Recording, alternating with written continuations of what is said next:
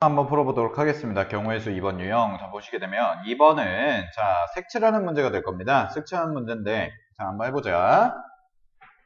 A, B, C, D 5개의 영역을 5가지 색으로 칠하려고 한다. 자, 같은 색을 중복하여 칠하여도 좋지만 같은 색을 중복하여 사용해도 좋으나 인접한 부분은 서로 다른 색으로 칠할 때라고 되어 있죠. 그죠? 자, 그러면은 우리가 먼저 좀 영역을 색칠하는 경우에 대해서 공부를 해보면 첫 번째, 자, 영역을 색칠할 때는 우리가 이런 부분에 대해서 좀 고민을 해보자라는 거예요. 영역을 색칠할 때는 첫 번째, 자, 가장 많이 접하는 부분부터 색칠을 하는 것을 뭐 권장합니다. 네, 꼭 그래야 되는 건 아니지만 가장 많은 부분과 접하는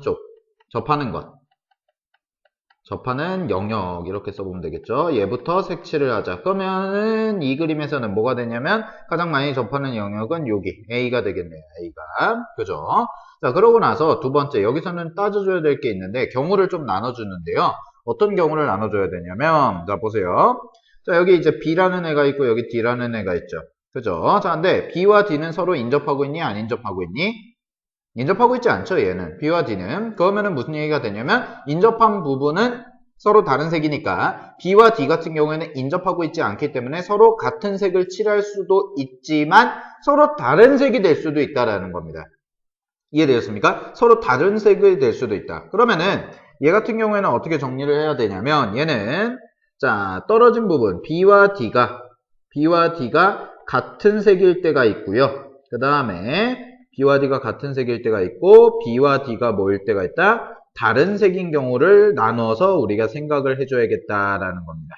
알겠니? 그럼 B와 D가 같은 색일 때와 B와 D가 다른 색일 때가 따라서 이제 경우의 수가 좀 달라질 텐데 한번 해보도록 하겠습니다. 자, B와 D가 같은 색인 경우에는 얘와 얘가 같다는 얘기지. 그지? 그러면 A부터 칠해보게 되면 A에 지금 5가지의 색깔을 칠할 수가 있고 곱하기 자, B에는 A에 칠한 색깔을 칠하면 안 되니까 얘는 4가지가 있을 거고 그 다음에 C라는 경우도 A와 B 둘 다 인접하고 있기 때문에 3가지 이렇게 써줘야 될 겁니다. 되셨습니까? 근데 잘 봐. 자, D에는 같은 색깔을 칠할 수 있다고 그랬죠. B와 D 같은 색깔을 칠할 수가 있는데 얘 같은 경우에는 같은 색이라는 얘기는 이미 B에서 결정이 된 거기 때문에 여기다가 곱하기 1을 해주셔야겠지. 왜냐면 이미 B에서 자 봐봐. 이미 B에서 내가 색깔을 정했잖아요. 그럼 B와 D가 같은 색이라는 얘기는 B에서 정한 색깔이 그대로 어디로 가는 거야? D에 대해서 가는 거죠. 즉 여기에 예를 들어서 지금처럼 노란색을 이렇게 칠했어.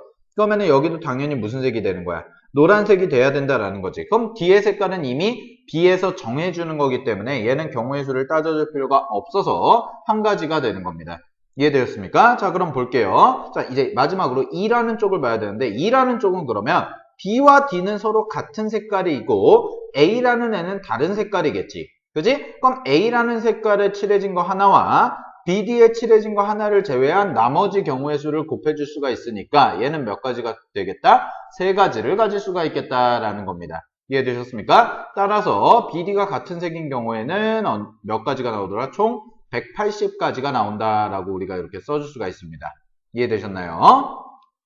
자, 그 다음에 BD가 다른 색인 경우 가볼게요. 그럼 BD가 다른 색이면 일단 A의 5가지 중에 하나 골라서 칠해주고요. 자, B에는 A에 칠한 색깔 제외하고 나머지 경우니까 4가지가 될 거고 그 다음에 A, B 제외하고 C에는 나머지 경우니까 3가지가 될 겁니다. 됐니? 그 다음에 D는요. 잘 보세요. A에 칠한 색깔, B에 칠한 색깔, C에 칠한 색깔 서로 다 빼줘야죠. 왜냐하면 B와 D가 서로 다른 색깔이라고 했기 때문에 얘네 둘은 인접하고 있지 않아도 서로 다른 색깔로 칠해줘야 될 겁니다. 얘 같은 경우에는. 그래서 여기는 몇 가지가 되냐면 A, B, C에 칠해진 색깔을 제외한 나머지 2가지를 칠해주면 되겠다라는 거지.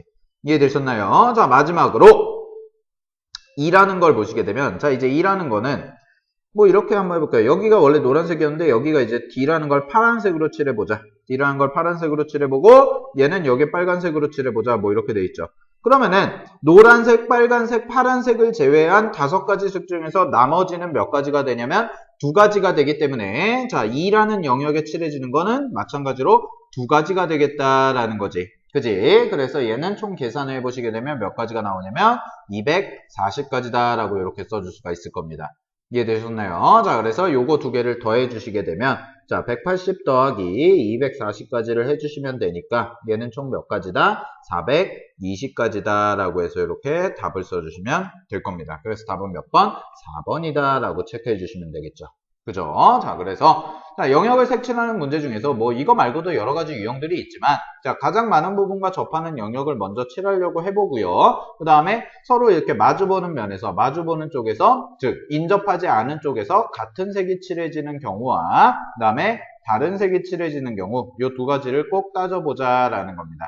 이해되셨습니까? 자, 그러면은 다음 유형으로 넘어가 보도록 하겠습니다.